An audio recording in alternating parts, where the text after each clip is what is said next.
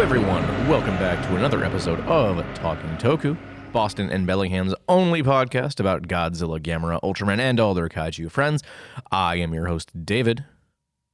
Brian, usual. Yeah, as usual. I think that's the one you used last week, Brian, so you should come up with a different one real quick. What if I just make it a recurring thing where it's just what I say? Oh, okay, that works like too. It's part of my title now. All right, okay, that's fair. I approve of that one. As usual, Brian. Yeah. No changes here. No. Yeah. I should change that to my Instagram handle. It should be like Brian as usual. Brian as usual. That's not bad.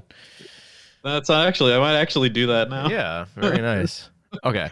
Well, hey Brian. What are we talking about today?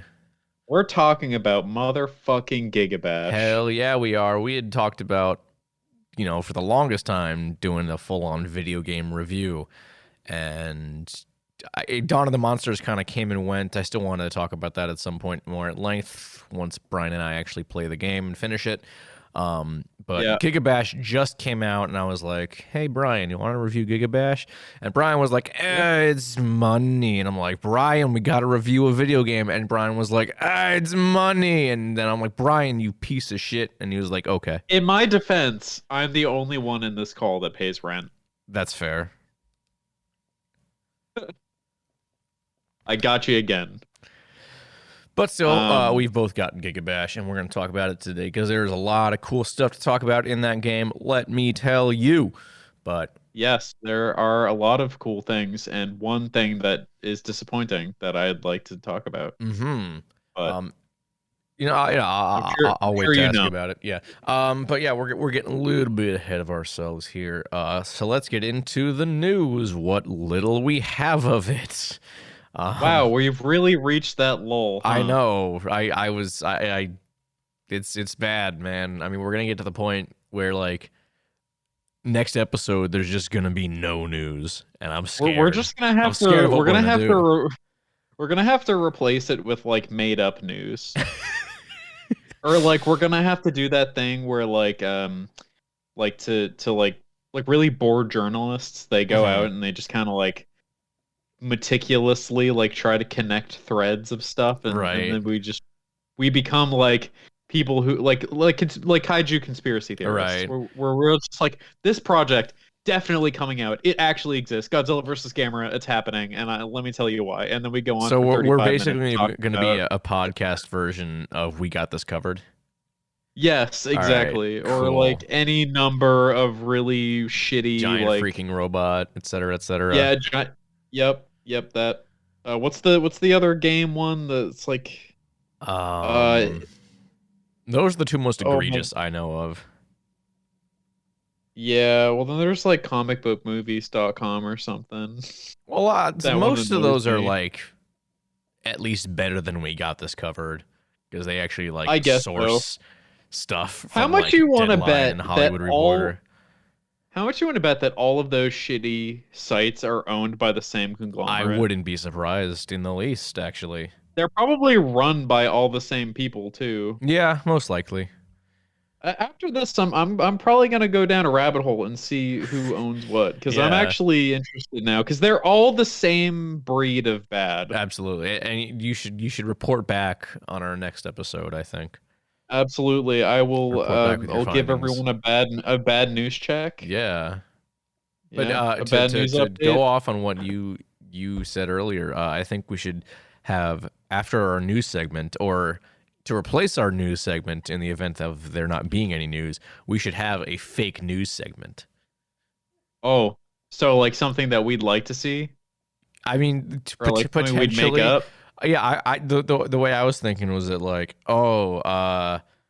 earlier today at 2:43 p.m., Godzilla attacked Bellingham, Washington, or some shit like that. Oh my God, the humanity! Yeah, Everybody was like too busy out mountain biking. I was the only one in town who saw it. Yeah, I don't know, something stupid.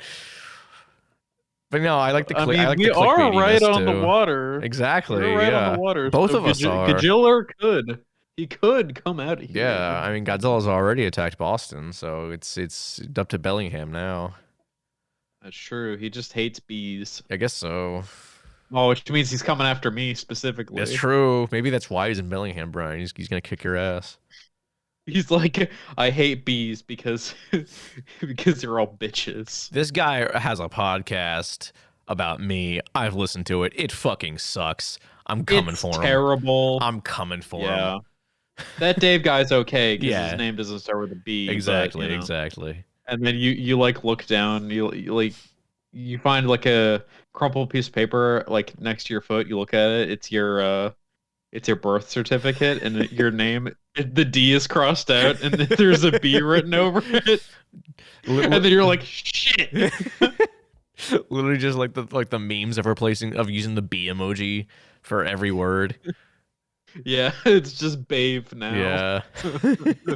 David.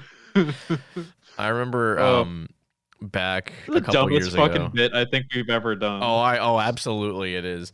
But I remember on the topic of really dumb, stupid shit. A couple years ago when IHOP was rebranding to IHOB because of the International House of Burgers when they were doing burgers. I hate that. Yeah. I just remember. Thanks for reminding me. You're welcome. I made the really dumb joke of because the whole thing was like, oh, what does the B stand for? That was the whole part of their marketing ploy, and I made the joke to my friend Tom. I was like, I know what they're changing it to. It's International House of Pancakes, and he just fucking lost it. He like would not stop laughing at that. It was so terrible. It's so funny. I'm pretty sure you told me that same joke, and I just looked at you disappointed. Yeah, that sounds about right. Yeah. I mean, nowadays, everyone would make the joke International House of Bussy. That's true. Yeah, they would.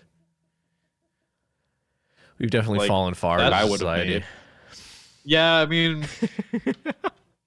I think everybody's got collective brain worms. So, yeah, you're right. You know, it's just the way humor's gone. I mean, look at us. Yeah, I mean, like, remember when we were going to be talking about the news? And here we are talking about the internet's usage of the word bussy.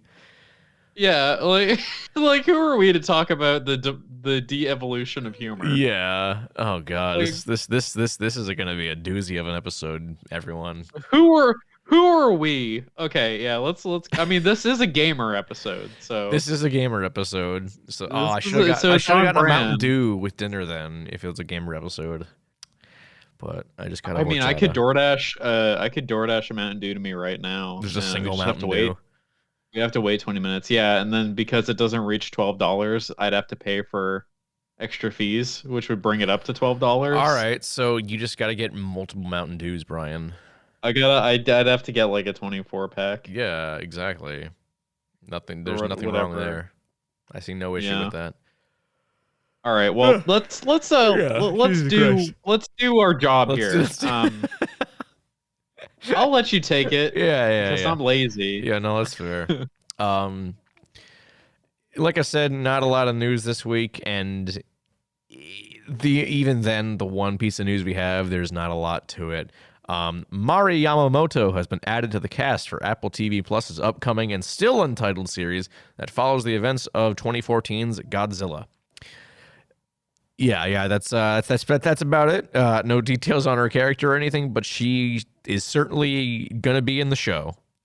She's in it. Moving on. Yeah, that's really it. Wow, the news is just. Yeah, I have a suspicion that this is gonna be a short episode. Well, you say that, but last time we thought that it ended up being like significantly longer than we thought. I don't know which episode that was. I'm pretty sure that was the Sea Beast because we also had no news and we didn't think we'd be talking about it. I think it was the Sea Beast. You're right, and that wasn't even that long ago. And also, it was probably one of our best episodes. If you haven't listened to it, listener, please go listen to it. I agree. Oh, you know what? Here's a small bit of news that I don't even know has been made public at the time of recording. Friend of the show, Jared, messaged me earlier today And if you guys remember when we had him on talking about Ultraman Sorta versus Godzilla starring Matt Frank, the movie, and he was talking about some of the other stuff he was working on, including Big Mood, his short film, he texted me a picture. The Big Mood puppet is now complete, and it looks fantastic. I assume by the time the episode comes out, he will have posted it on his Instagram at Xenofauna. That's XENOFAUNA, Xenofauna. Go follow him. Go check out the Big Mood puppet. It looks great. Yeah, and he's friend of the show. So he is you a friend of the support show. him. Hopefully someday we'll get him back. Yeah, I hope so too. We gotta find something to review with him. I think that'll be fun because Jared I know is way more well versed in criticism than either of us are. So yeah, I just kind of go like he good or bad. Yeah, but and then sometimes when stuff is really bad, I yeah. All right. But yeah, that's it for the news. Okay, goodbye. Robert sucks, and he still hasn't watched Mothra. Yep, our dear social media manager, not really manager, more like the guy who does stuff because we're too lazy to. Yeah. Yeah, he's bad at his job. He is. He hasn't done what we asked him to do, aka watch the giant list of movies that Dave sent. And TV shows, don't forget that. You know what maybe you should have done instead is just like send him one at a time and then he'll watch them and then like so it's not overwhelming. No, because he said he's just gonna watch it in order. So like, oh, fair enough. Yeah, and the thing is, I lent him my copy of Mothra, or one of them at least. So like he has no reason. So his reasoning, quote unquote, for this is that he doesn't have a DVD player, and like it's 2022. Who the fuck doesn't have a DVD player? And even if you don't, you could just find one for like $10. That's what I told him. I'm like, dude, you can just buy one from Best Buy for like $20. Yeah, it's not that expensive. Or you could just like borrow one from somebody. I'm sure they're not gonna miss it. Also, that I have 2 spare ones.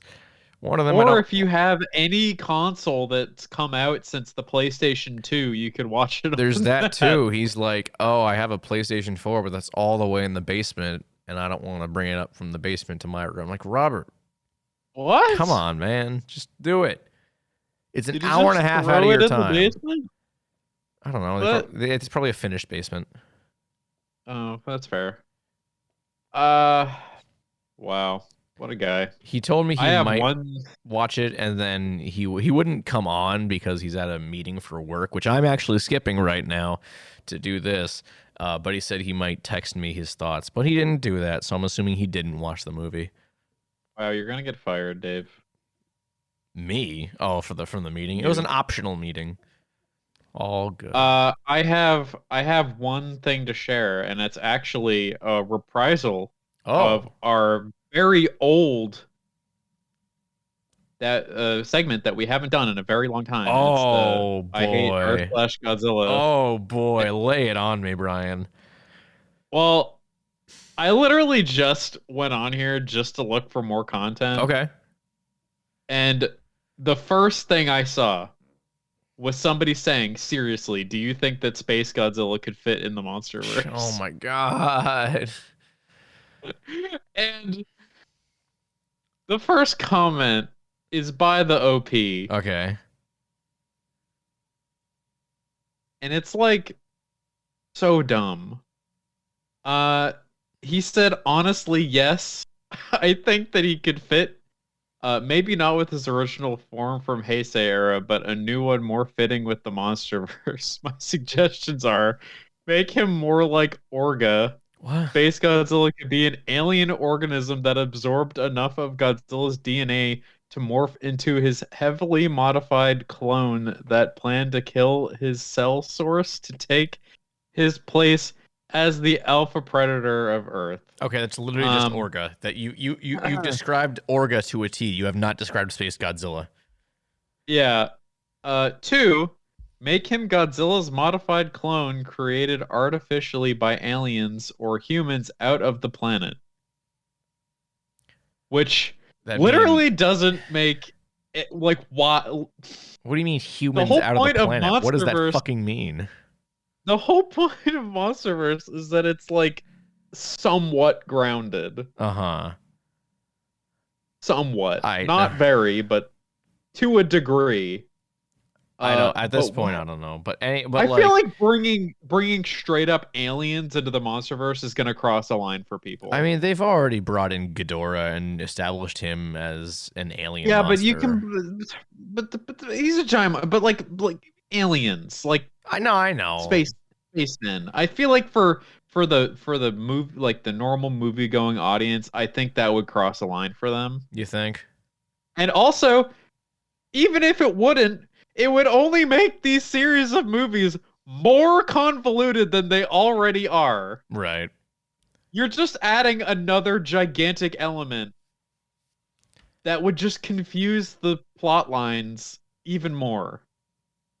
Anyways, the third there are 4 things that this guy thought of. Okay. Make him the result happens if a Gojira abducted by aliens is forced to adapt to a alien environment completely different. I already disagree. Becoming something new, like a mutant or a subs. This guy does not know how to spell subspecies. I already disagree with this one. This sounds stupid. And then there's what? What in the world? Okay, you can't. I'm gonna paste this, and you're gonna read it. Okay, you want me to read this? What the fuck does that say, Brian? I don't know. Make him Zozla Halawa, the evil Gojira from the Iwi legend that supposedly ate a star. I think that this is somehow the most from the Iwi legend. That's the Iwis are the natives from Skull Island. So, but like, I don't remember that at all. I don't know. That's stupid. I don't like it. All of these are just it's grasping at straws here. Yeah, for sure. Like there's no way. Like, he didn't even work in the Heisei movie. Let's be real here. Honestly, I hate Space Godzilla. I hate him. He's dumb. It's lazy. And if the movie didn't exist, I think I'd be fine. I agree. To be quite honest with you, I don't get the infatuation with Space Godzilla. I don't get the infatuation with Destroya. I don't get it. Stop it. Go away, please. I don't like. I really. Here's the thing. I really don't get why people have been asking for Destroya. I don't get it. He's not that cool. I don't know. It's more of a like. Well, a big part of it is nostalgia. A lot of people grew up watching the Heisei era films. I did too. No, I know. So we both did, and I mean, some of them, they're looking at those through rose tinted glasses. We are not doing that. So I think we both have more nostalgia for the Showa era films. I think those are the ones we watched more when we were younger than the Heisei films, which is why at least I tend to look past a lot of the flaws of the Showa era films. So I don't know. I think it's a bit of nostalgia and the fact that, like, from an objective standpoint, Destroya is like a very cool looking character. I guess that's kind of all the all I can think of. I don't know.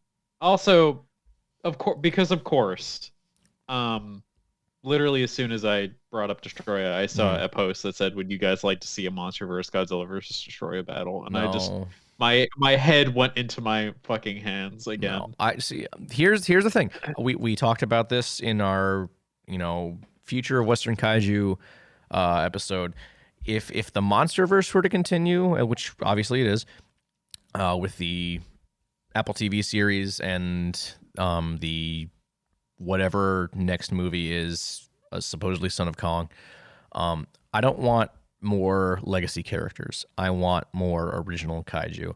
The few we got in Godzilla King of the Monsters, I liked quite a bit. Some more than others. A lot of the ones, the crab things. Yeah, Scylla's very cool. And I still haven't read Godzilla Dominion, I think it's called, the tie-in comic for Godzilla versus Kong. But I know they have some other kaiju in there. Same with with Kingdom Kong, which has actually I think I mentioned this on one of the What Nuku Kaiju Thing segments. Kamazatsu, it was like a giant devil bat. It looked really cool.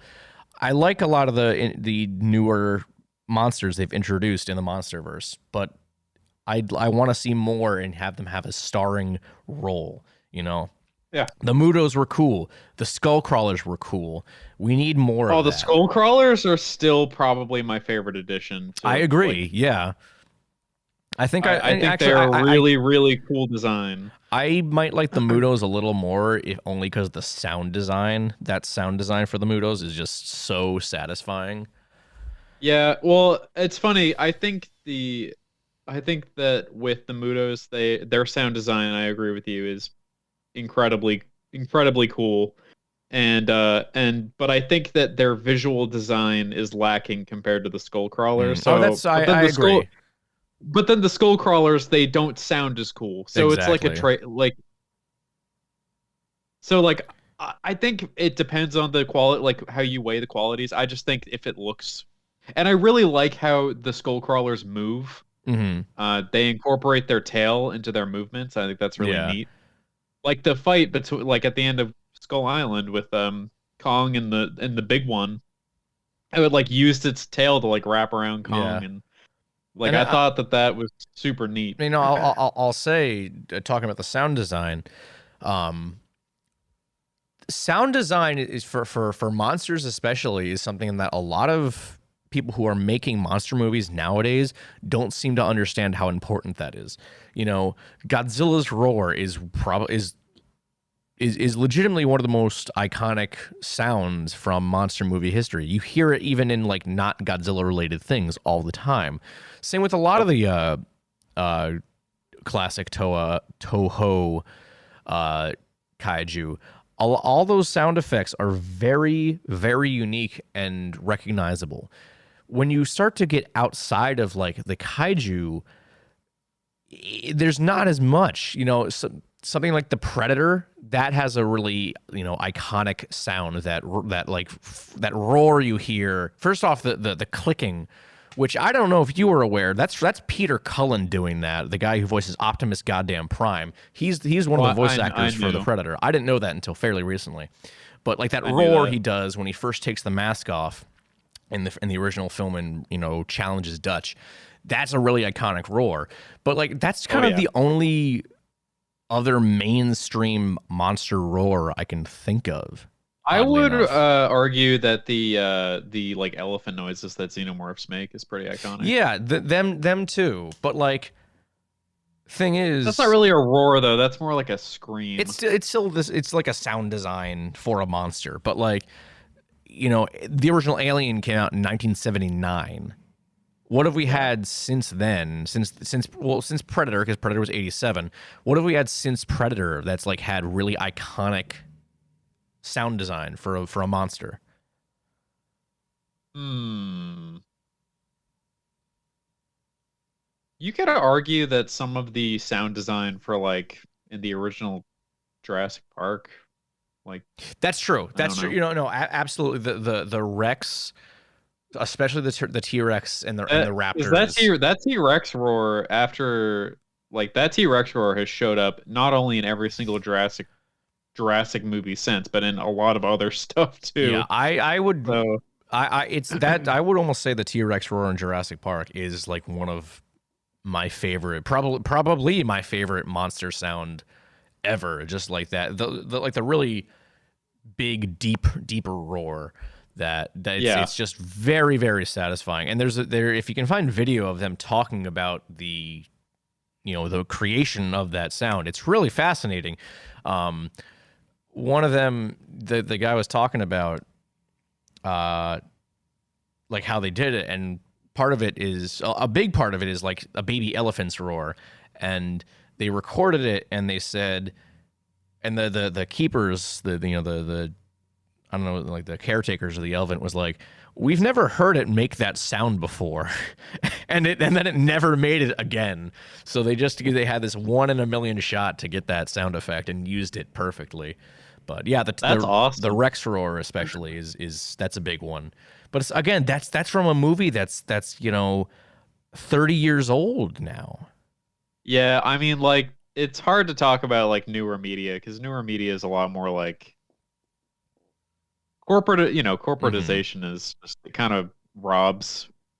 Like, I feel like as inflated as budgets have gotten, I think that, like, for the bigger movies, I think that they've moved more onto visual effects than they have sound design. That's fair. Yeah, but I mean, thing is, sound design is just as important as visual design. I think. I agree with you, and I think most people would agree with you, especially people who work on these projects, but they probably just aren't allotted the budget that they need. Mm-hmm. And like, you can argue that having a limited budget is actually a good thing, because it drives, or you know what? Maybe it's the opposite. Maybe it's the opposite effect, where they do get the budget they need, and it breeds it causes complacency. So now you're working with you have everything you need at your disposal, and it just makes it so that these the sound engineers, they kind of just do the same thing over and over again because it's worked for them in the past. But then you had in older movies, they kind of had to, obviously they were without the help of computers for the most part. Yeah. So they had to go out into the world to find sounds that they thought were cool and try to make something out of it. And now, because everything's so digital and you can do everything from a computer, or at least a lot of bigger movies do that, because it's cheaper. It's hard to say because we don't get any insight into where money goes on these projects unless you're involved in the project. Yeah, so we don't know. So we'd have to talk to someone. But honestly, it could go either way, because like you have some of these older movies and you're surprised to see how low the budget was in comparison. Mm-hmm. But then you think about it and be like, well, they had to work with what they had, which drives people to like come up with some crazy shit. And usually coming up with crazy shit means that you come up with something super iconic. Yeah. I think the Xenomorph roar that we talked about, I remember hearing that it literally happened by accident. Really? They also had an elephant, and it just, something else made a noise while the elephant was trumpeting, and that's what caused it. And they were recording at the time. Huh. And then that's how it happened. I know, like I know, shit like that. Like, it just doesn't happen nowadays. Yeah, I know one of the classic Star Wars sound effects was an accident. I can't remember which one it was. It may have been the TIE Fighter blaster bolt. It's something related to the TIE Fighter, I think, was like an accident. Like they just kind of stumbled upon it or something. That's also a super iconic sound. Yeah, so I mean, a lot of the sound effects in Star Wars are super iconic. You'd be hard pressed to find a sound effect in Star Wars that wasn't iconic. True, but that's because those movies are so like huge. I know. I mean, every time we watch Redacted Show, you point out the Star Wars sound effect from that animal roar. I just looked up how they made the Xenomorph roar, because I'm actually really okay. I'm really interested, because I remember seeing it somewhere. And we probably should move on to GigaBash soon, though. We absolutely should. We're gonna have to rename this. Honestly, we're gonna have to remake this, or rename this episode to we talk about sound design for too long, sound and then design, GigaBash for like 5 minutes. We talk about sound design and also GigaBash. Well, I'll find it later. Okay. I remember seeing it somewhere. But yeah, let's move on to our main topic. I will say, GigaBash. how did we get to talking about sound design? That's a great question. Okay. I'll find out when I go back to edit this tomorrow. I think it was because we were talking about like newer, like how we want to see new monsters in the MonsterVerse. Right. And then I said the Mutos had more memorable sound design. Good sound design. The skull crawlers. Okay, et cetera, et cetera, et cetera. And then you were like, well, everyone, like, no one understands how important sound design is. I understand now. Yeah. Mystery solved. Yeah, we did it. All right. Well. All right, GigaBash. We're talking about GigaBash. So it fucking rocks, man. Yeah, it was developed by Passion Republic Games and also published by them, which means that this is an indie game. Which is pretty sick. Damn right. We love us some indie games. It's an indie game. It was released on August 4th. So, Still it's been pretty new release. Been about 3 weeks since it's come out. And it released on PlayStation, Steam, Epic Games Store, probably Xbox, I'm assuming. I'm not sure if it is on Xbox, honestly. I don't know. It's most people have a PlayStation or a PC. This is true. Most people. If you have an Xbox, I'm sorry. You just have to deal with it. It is on Xbox. Or maybe it is on Xbox and it's also on Switch. Is it actually? Yeah. I mean, I remember seeing that actually. Or did it get delayed on Switch? Or okay, hold on. So maybe both Xbox and Switch got delayed because currently it just looks like it's on PlayStation and PC. Okay, that makes sense. Yeah. So we here at Talking Toku. I'm gonna keep saying that. We always wanted to do a game episode where we talk about a game. But surprise, a lot of kaiju video games just don't really come out that much. Mm-hmm. Dawn of the Monsters came out. We've completely forgot about it.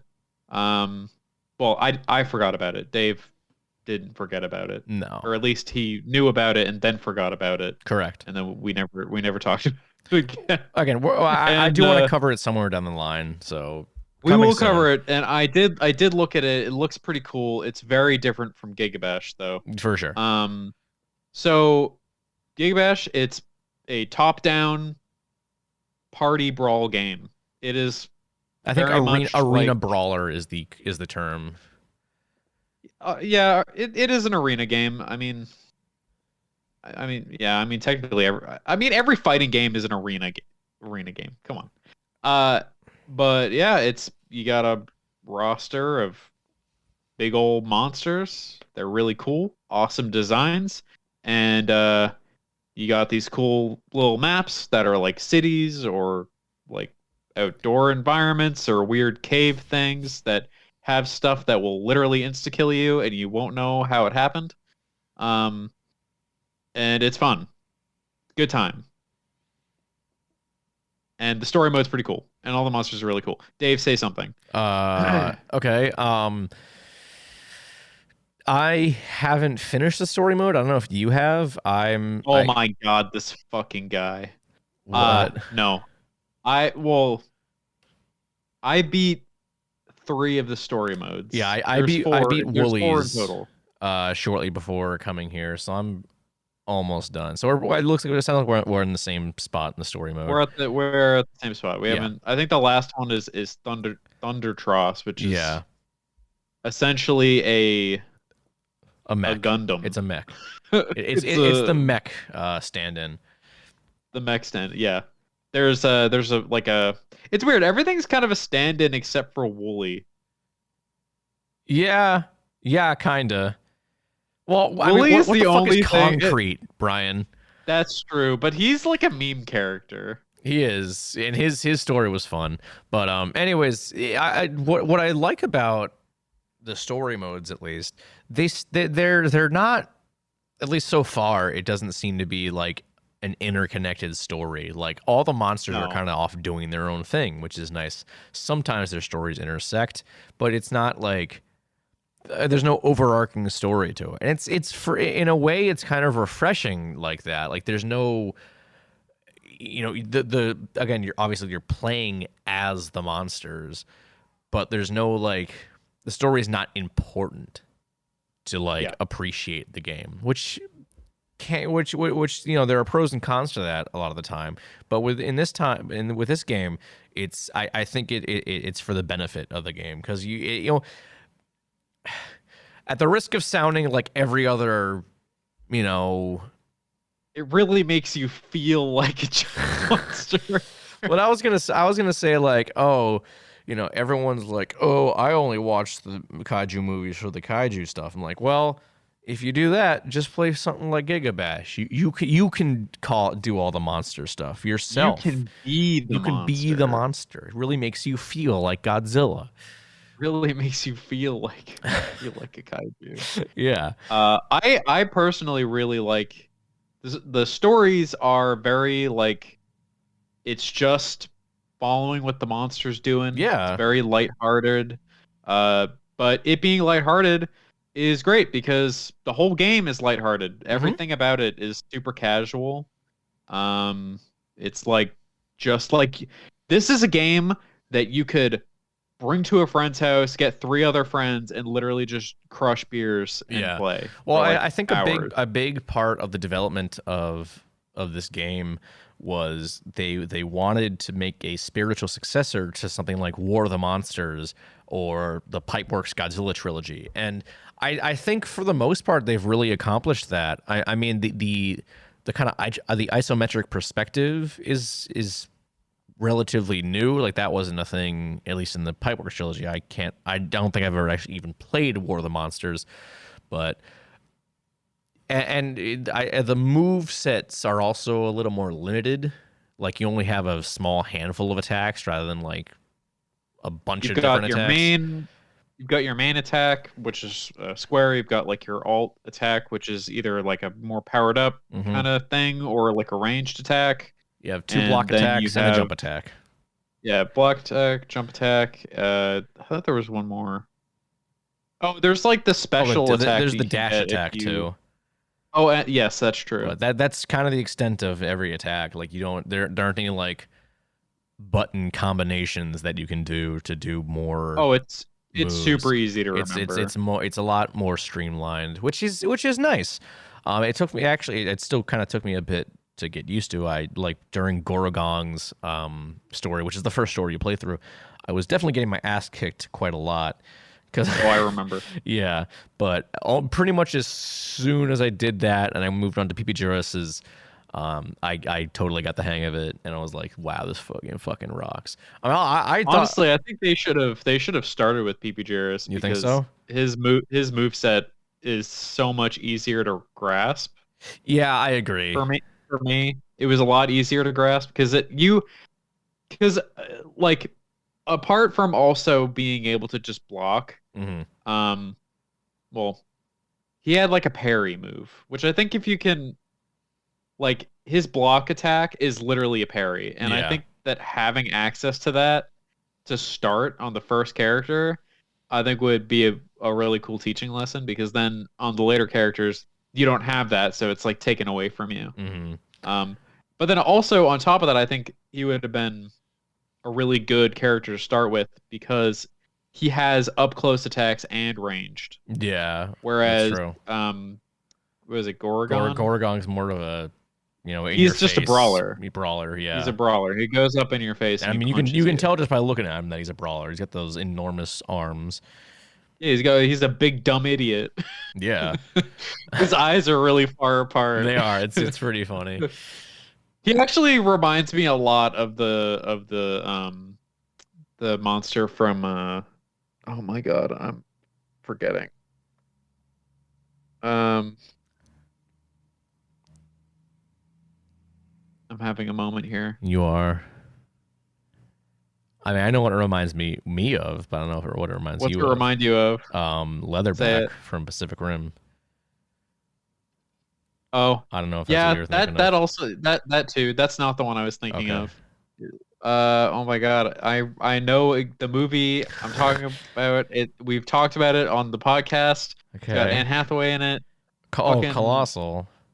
colossal. It reminds me of that monster for some Okay. reason. I mean, it's probably the horns. I think it's the horns. I'm Yeah. fairly certain. Because And also because they both look kind of doofy. that's fair. But yes, Leatherback, that is very much. And now that you say it, actually, Rawa, who's supposed to be the Godzilla stand-in, looks a lot like Knifehead. I don't really see it. Not the rest of him, but Just the his head. helmet thing. All right. He's got like a weird ass helmet. I do like that in this- Rawa. this I really picture- like the kind of like gold statue-esque design aesthetic they have for that character. It's really, really cool. Honestly, like all the visuals, like the designs for the monsters and playable characters are really neat. I mentioned this when I mentioned this to you, Brian, when we were playing together the other day. Gigaman, which is the Ultraman stand-in, he's really cool because like his thing is that like he's like retired, so he's kind of like he looks like an ultra, but like he's visibly like overweight because he's retired. Yeah. It's really cool. But he's also He's got, a like, lot of fun to play. I think he's the one I like playing the most because his moveset's a lot of fun. Yeah. Well, now that you're talking about Gigaman, we should probably talk about the rest of the characters. Yeah. In great detail. Mm-hmm. So let me pull up the roster here. Go for it. I could probably just open the fucking game. It's literally right Yeah. above me. You can be playing while we record, Brian, if you really wanted to. I could be, but I would be very distracted. Mm-hmm. Oh, that is not what I was looking for. Okay.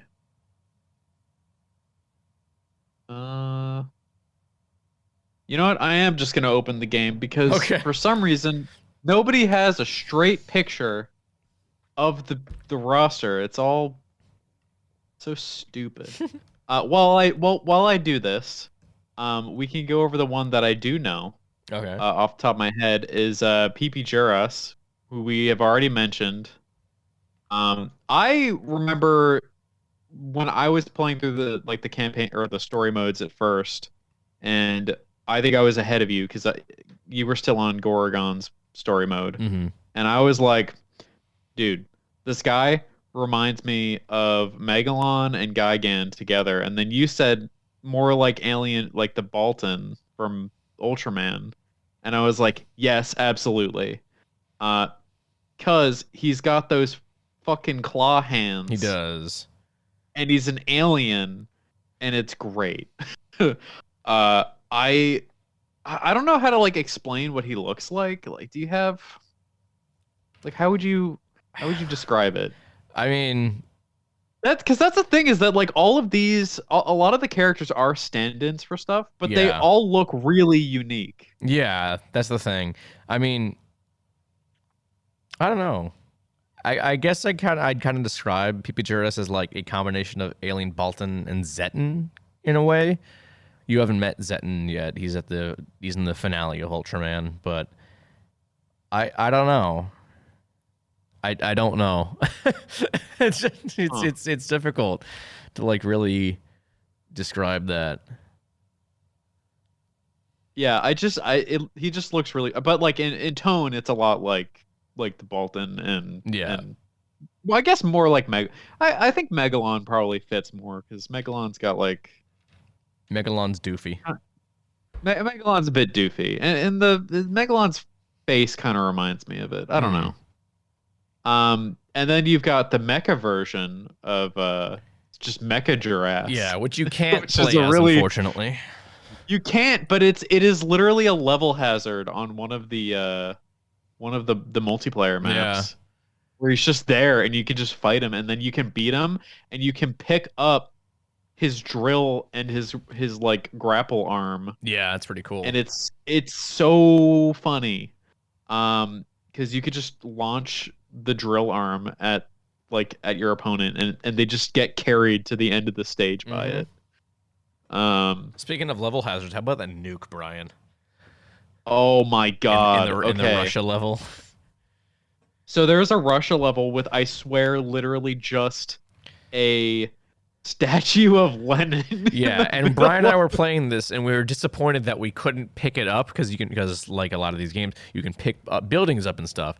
And we were disappointed you couldn't pick up the statue of Lenin until we realized that if you knock something into the statue of Lenin, it reveals a missile silo, and then you can grab onto the missile and then just launch the missile at your opponent. It's awesome. Not only do you launch it at your opponent, you take off with it into the sky,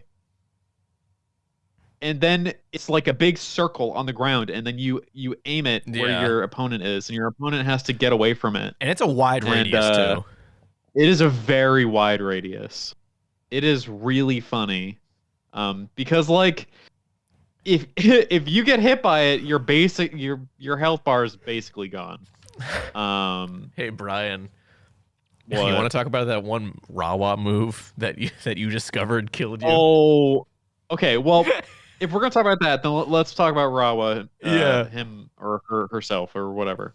Rawa is the Godzilla stand-in. Breathes blue fire. Big lizard tail. It's the Dragon King, I think they call him.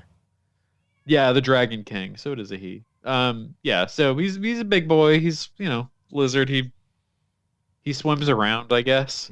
He looks really cool. He's like wearing like this gold kind of armor. Yeah, it's really cool. Which is really sick. And when he breathes his fire stuff, he grows like wings, like fire wings on his back. Yeah, that's really cool. Which is a really cool effect. And man, do I love it.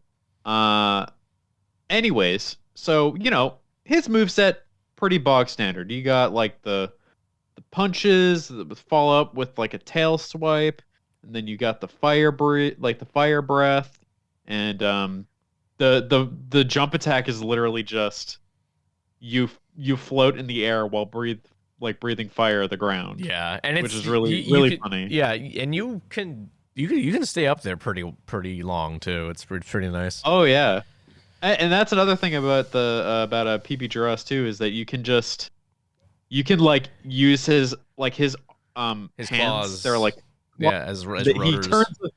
He turns them into like helicopter rotors and just stands up and like stays up in the air for a while. Yeah, it's awesome. And it's really funny. And I wish I knew that while we were playing on the nuke level, because I probably could have gotten away from it pretty easily. Maybe. I don't know. Yeah. Anyways, back to Rawa. There is an attack that I discovered the hard way. It's essentially if you do it fast and you don't hold it, it's literally just like a bubble of fire that just kind of hits anything within your immediate radius. But if you do hold it and you let it go off, it literally one-shots you. Yeah.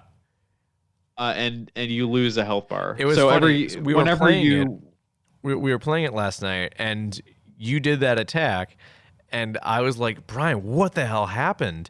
And you were like, I don't know. So you did the same attack again, because you had lost a whole health bar from that. So you did it again and immediately died, and we just started dying. I thought laughing. It was a bug.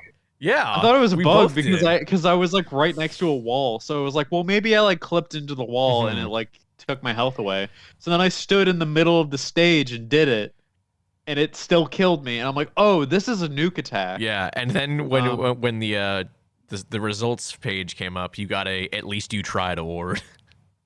Yes. Oh my God. Yes. At the end of multiplayer matches, you get like medals that come up on the for each character, and I think literally if you don't do anything, that's the medal you get. It's so good. I do want to try doing that move again and see if it one-shots both of us if you're close enough. Yeah, that should be an interesting experiment. Because it reminds me so much of in Super Smash Bros. Ultimate, if you play as Bowser, he has like a dive bomb move where you grab somebody and then you can just do the boring thing where you do the dive bomb into like the ground. But if you're an Ultra Chad, you can dive bomb them and yourself off the stage. And it's to kill both of you. Mm-hmm. And it reminds me a lot of that. It's funny you mentioned Smash because they have those ultra balls that you have to destroy to get like your Oh super my attack, god, which is literally just that's right. 100% from Smash Brothers. That's right. Yeah. Well, it's funny because the pickups, there is the special move that's literally just like a special move that you can do, Yeah. and then you also have like the Giga Meter.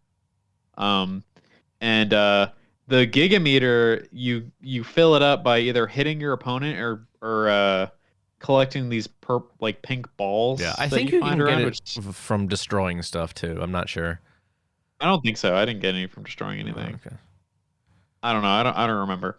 Anyways, and then when you fill up your well, every character gets a different special move, but then for the what I call big mode, when you fill up your gigameter, like the monsters just turn into a bigger version of themselves. You go big mode, and they look so cool. They look different. Yeah, they like not get a like different super appearance. different, but like different enough that it's like, oh, this looks rad. Yeah, like there's another character called what's his name called Skorak, which is literally just a snail with a shell that like detaches. Yeah. And big mode of him looks so cool.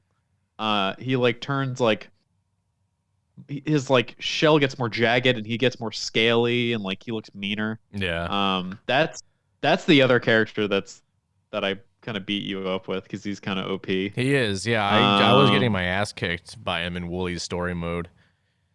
Yeah, he's a jerk. He's very low to the ground. Yeah. He reminds me quite a bit of oh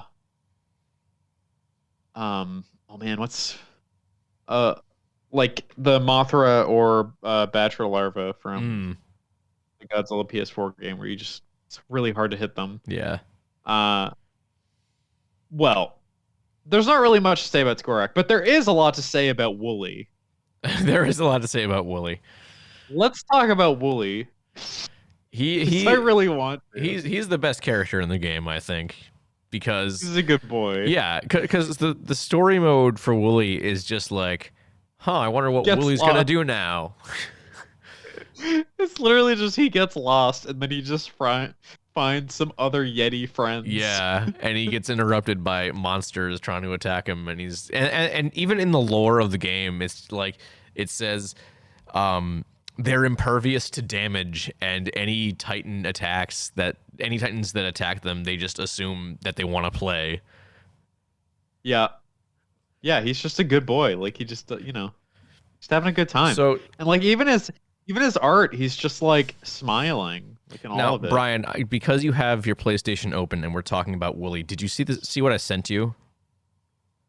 No. I want you to open it right now and watch it. Skip to about like 50 seconds in.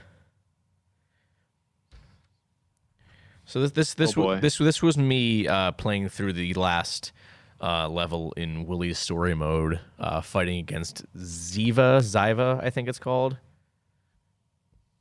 Wait, what? Where am I looking? I don't know. I sent it to you on PlayStation. Oh, you did? Yeah. You did not. Oh, fuck. I could have sworn I did. Who did I send it to then?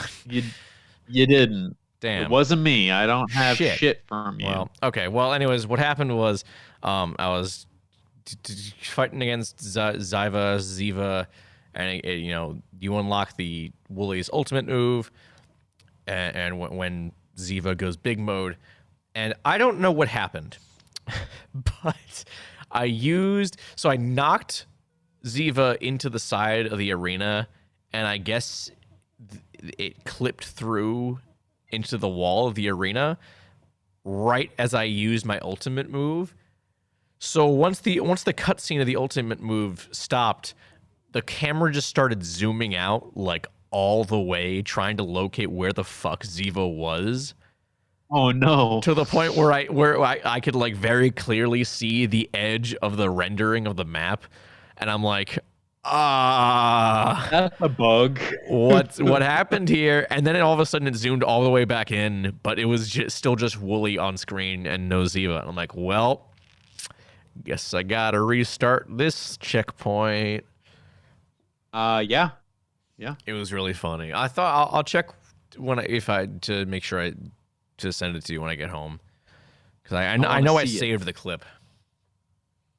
Ziva is also a character we should talk Ziva's about, because overpowered as fuck. Ziva is very OP, which is what I learned when I fought you with him. And I don't think you got a single hit in on me. Well, that happened to me again when I was playing through Pipi Juris's story, because Ziva's the one you face at the end, and yep. The second that I got my ass kicked, and the second when I reloaded the checkpoint, like I don't think I got a single hit in. But then that was before I realized, oh, I can just spam Pipi Juris's block move that shoots a bunch of the projectiles up in the air, and I can take no damage because he's stun locked. Yep. So that's how I beat Pipi Juris's story mode. I just spammed his like block parry move, because it still hits the immediate area around. And then also his like orb, like projectile, you can also kind of just spam that too. Yeah.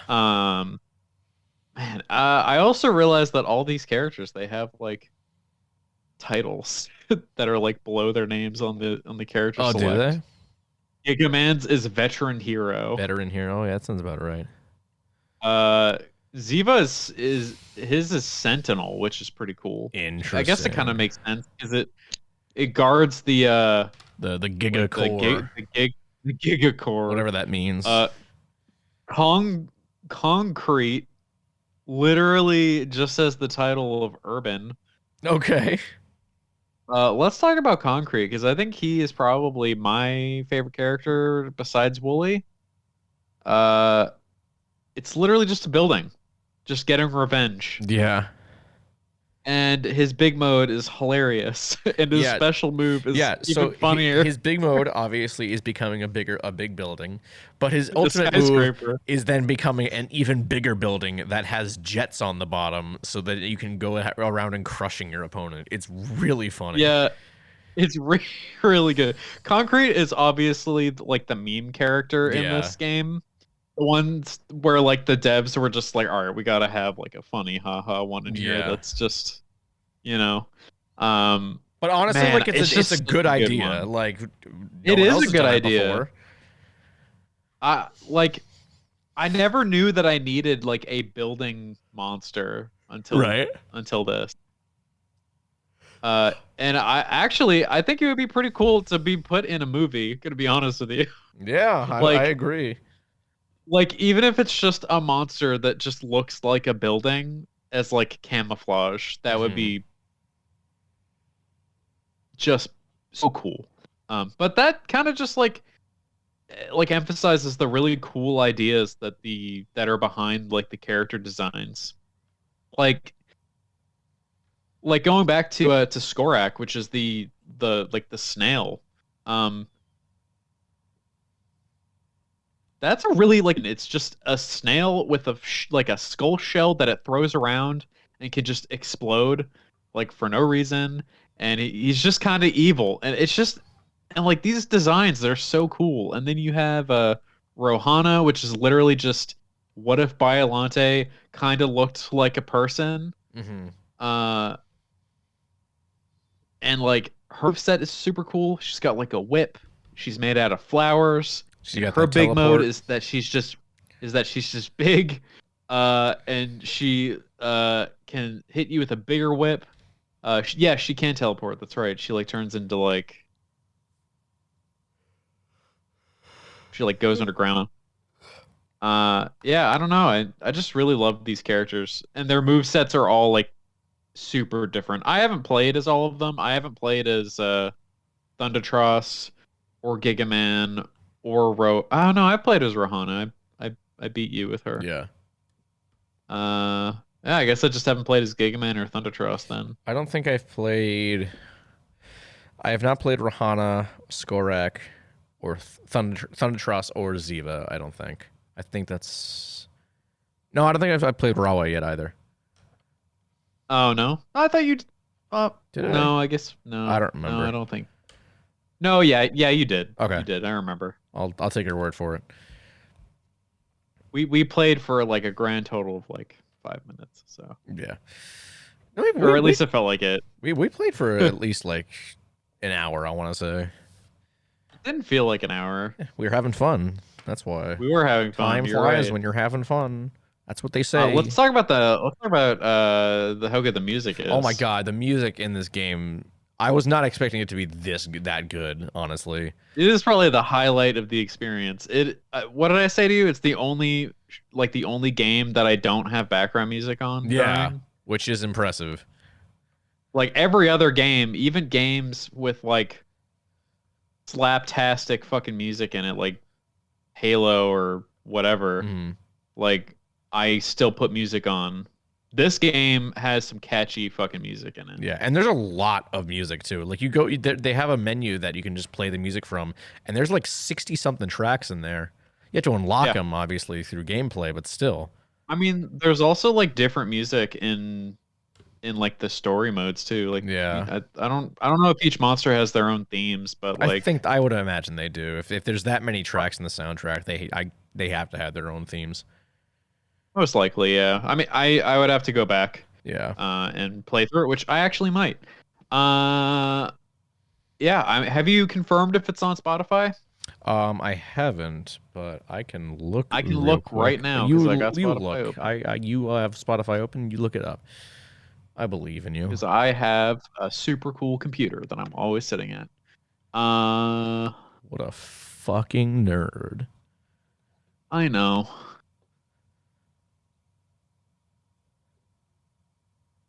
It is. Okay, I know what I'm listening to when I get home tonight. It is indeed. Very nice. Oh my god. Funk Fiction is the name of the artist. That's good. I like that. That's super cool. What else? Yeah, actually, now that I'm looking at it, every monster has their own theme. Very nice. Wow, and these are like some really like relatively lengthy tracks for a video game. They have live versions of this music too? What do you mean live versions? Yeah. They have live versions of this music, some of the tracks. All right, I'll have to look. Well, yeah. I'll have to look into this when I get home for sure. This is crazy. I mean, there's only, if we're not talking about the live versions, there's only 35 tracks on here. So maybe they haven't added all of it, or maybe there's like another album that I'm not seeing. I don't know. But yeah, there's a lot. All right. I don't know. Yeah, I'll definitely listen to that. For sure. The main theme is 5 minutes long. Yeah, that sounds about right. That's a lot of music. All right, what else? There's a lot of lore in this game. There is. I've barely even touched upon any of the lore. I've barely read any of it. I've been too busy like having fun playing the game. Yeah. But yeah, I mean, it's really cool though, because like I've expressed my grievances with the current landscape of video games and how like content lacking they are in the places that matter. But this is the shit I love to see, where it's just you get cool extras by playing the game in the form of lore to flesh out the background, like the world, and you get access to the music, art galleries, which, man, some of the art pieces that were made for the story mode are really good. They really are, yeah. They're really good. And the fact that you can unlock them and just look at them later on is just, it's so cool. I just love shit like that. And this game doesn't have like any microtransactions. And honestly, even if it did get them, I'd probably support the devs because the amount of stuff that's in this game already is insane. Yeah. it's just so good. Like the key art, the story art, and then you just get like the lore of the monsters, the locations, the characters. It's so good. There's so much content in this.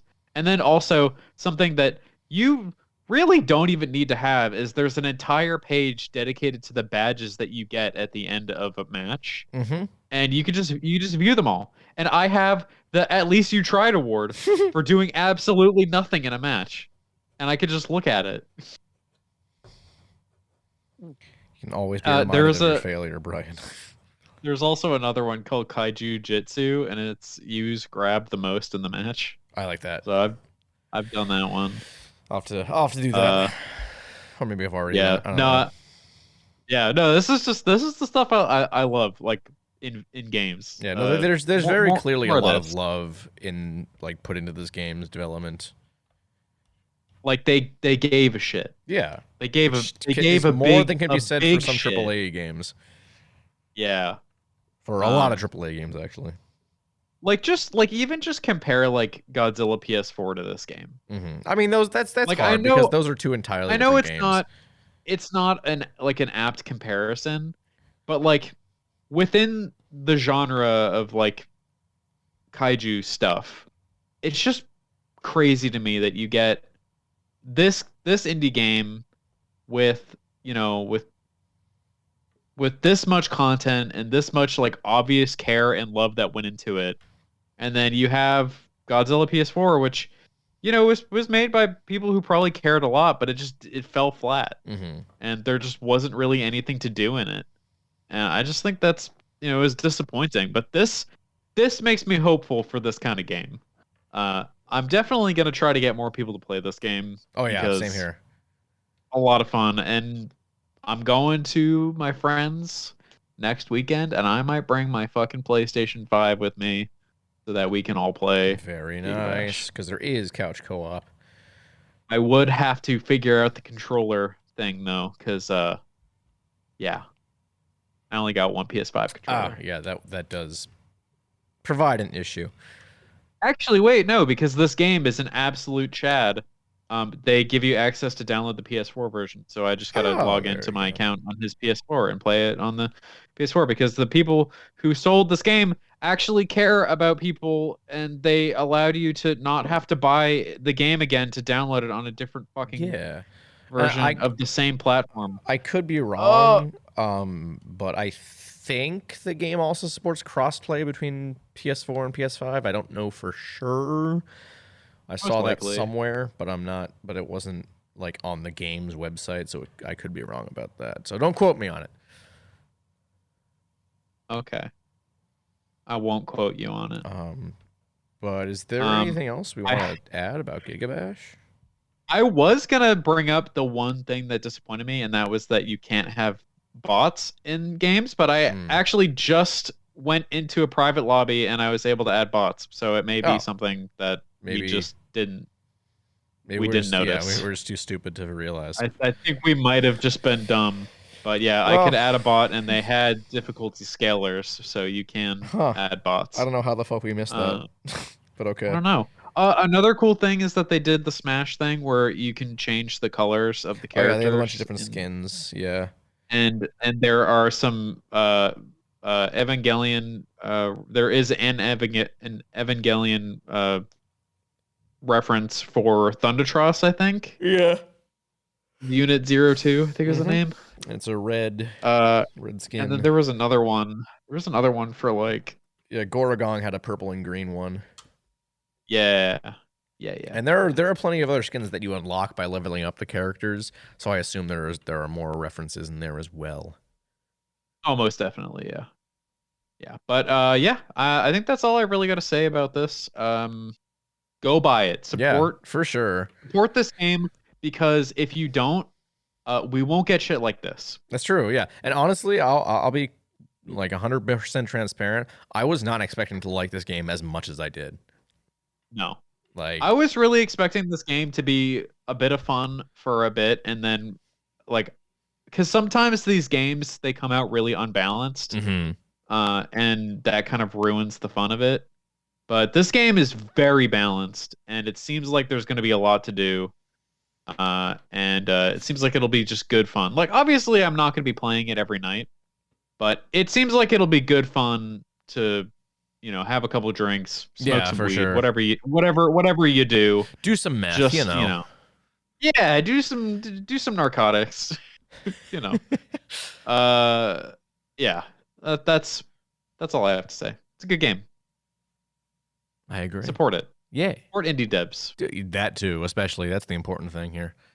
Yeah, I mean, with how things are going financially for a lot of big game companies, indie games are actually probably going to go through a renaissance era here pretty soon. Yeah, I wouldn't be surprised.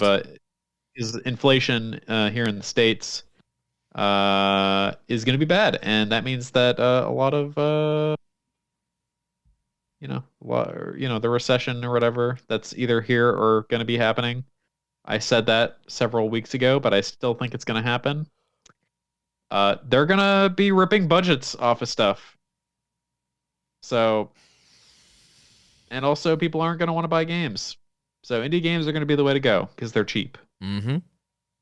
Remember that. So yeah, okay. Spend all your hard-earned money on independent developers. Show them what you want. And GigaBash is only like $30. Yeah, it's not that bad. It's cheap. It's nice. But yeah. All right. Well, that about does it for our GigaBash discussion. I think we'll move on to our next and final segment. Our what new cool kaiju thing are you checking out right now, Brian? What cool new kaiju thing are you checking out right now? GigaBash. That's also not true.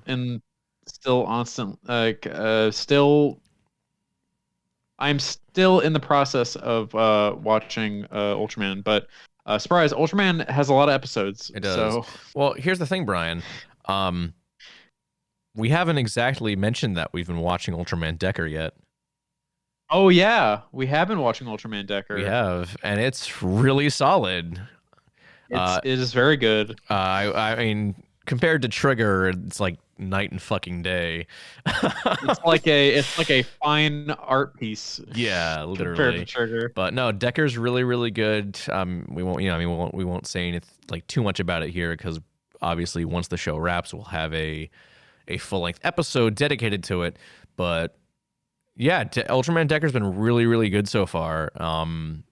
The episode with Ella King especially has been a very, very big highlight of the series so far. Yeah, I think that one's definitely been the highlight for me. Yeah, the Ella King episode. Mm-hmm. It was just so good. Yeah, it was like really, really charming and wholesome, and you don't always get that with Ultraman. You get it every so often, but like when that every so often comes, it really hits hard when it does. And it hit especially hard this time because it was actually a really good episode.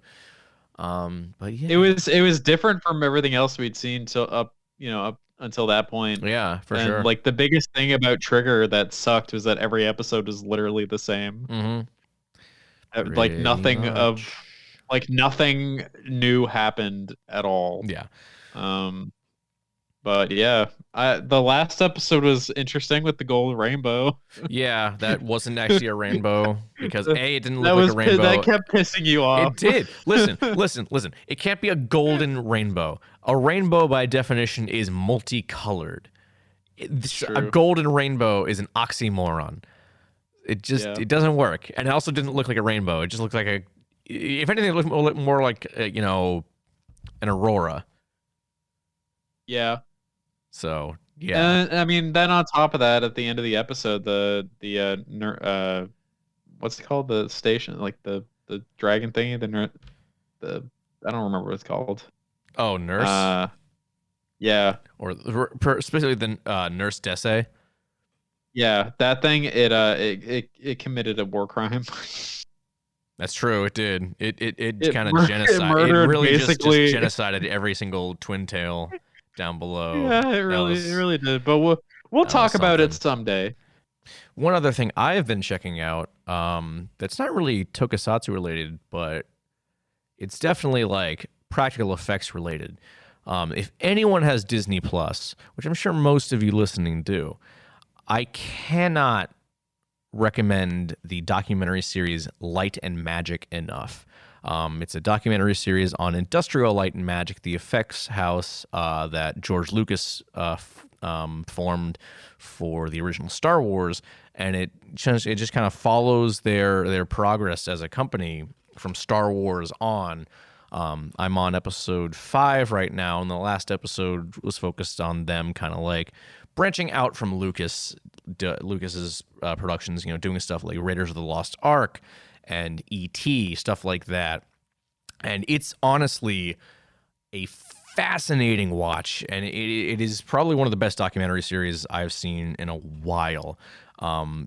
Obviously, everyone knows Star Wars was like this big cultural phenomenon, but also a big phenomenon in the world of film. Like, it kind of revolutionized that kind of those like genre films with the level of effects work.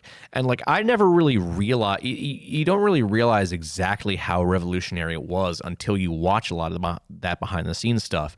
Like, nothing like this had ever been done before. And it was really fascinating to watch because they were explaining like how they did some effects. Like, I don't remember exactly what it was, but for The Empire Strikes Back, how they did the fur of the Tauntaun, I can't remember what it was, but like, it was just this crazy, crazy effect that like you would never in a million years even like begin to imagine unless you had that like, gear in your brain that like that goes towards that specific creative outlet. It's really, really cool. I highly recommend Light and Magic. If anyone has not seen it, it is legitimately fantastic. I keep seeing that come up every time, so maybe I'll check it out. Yeah, I highly recommend. Like, the first 3 episodes are covering like the original Star Wars and The Empire Strikes Back, and then episode 4 kind of branches out into other stuff. Well, I mean, they also talk about Return of the Jedi, obviously, but it starts to branch out. Huh. All right. Yeah, I mean, I like literally every time I open Disney Plus, which it's not that often. I mean, it's probably gonna be more often now with how HBO Max is going. Yeah. But like, I always see that series get recommended to me because I've watched like every Star Wars movie. So, But yeah, definitely check it out, Brian. Very good, very good. I will add it to the whiteboard. The whiteboard, yeah. All right, whiteboard that's not getting any smaller. Yeah. Well, I think that's about it for the show. Unless you have anything else you want to add, Brian. No, not really. Okay, cool. Everybody have a good week. Yeah, a good weekend since this comes out on Friday. That's true, but I don't know when people listen. Maybe you're listening to this on Wednesday, so it's in the middle of the week. So you're gonna be like, I'm not having a good weekend. I'm in the middle of the week, you fucking assholes. How dare you assume what time I'm listening to this at? So I'm sorry. If you're listening to this on the day that it gets released, have a good weekend. How about just have a good rest of your day? We'll keep it, baseline. Or have a bad day. I don't care. You do what you want. Okay, God. Anyways, yeah. Follow us on Facebook, Twitter, and Instagram at Talking Toku, as well as YouTube. I have a decent amount of episodes in a video format, the first 10 to be specific. So those will be going up. They'll probably be up by the time this episode comes out. So the first 10 episodes will be available on YouTube, which will be cool. I believe are also now available on a couple other podcast platforms. Google Podcasts. I don't remember what other ones because I signed up for a bunch of them and I don't remember what they were. I tried to sign up for Apple Podcasts, but they were like, okay, what's your tax and banking information so we can pay you? And I'm like, that's a little too much work for me right now. I'll do this at some other time. That's too much. Yeah, and I'm like, and we've talked about this. So we don't really do this podcast to get paid. We do it for the love of Toku. You know, this isn't a job. This is a hobby. Maybe someday we can get paid. Maybe. But most likely not. But not today. We'll see. Yeah, no, definitely not today. Yeah, but yeah, Radio Public, I think, is what it's called. I don't remember.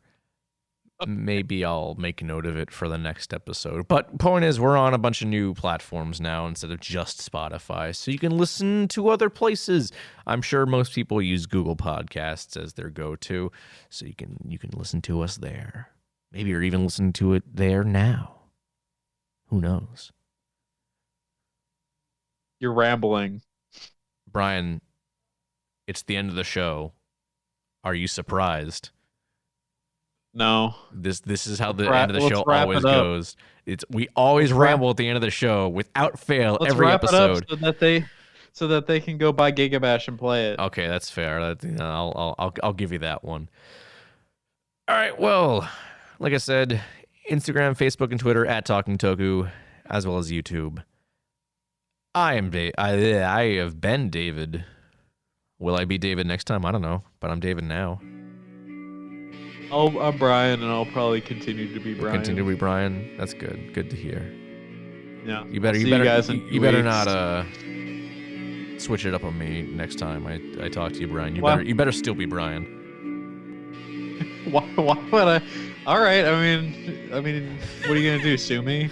Yeah, for identity theft or something. That's not correct. All right. Let's go. See you guys later. We'll see you next time. Bye. Goodbye.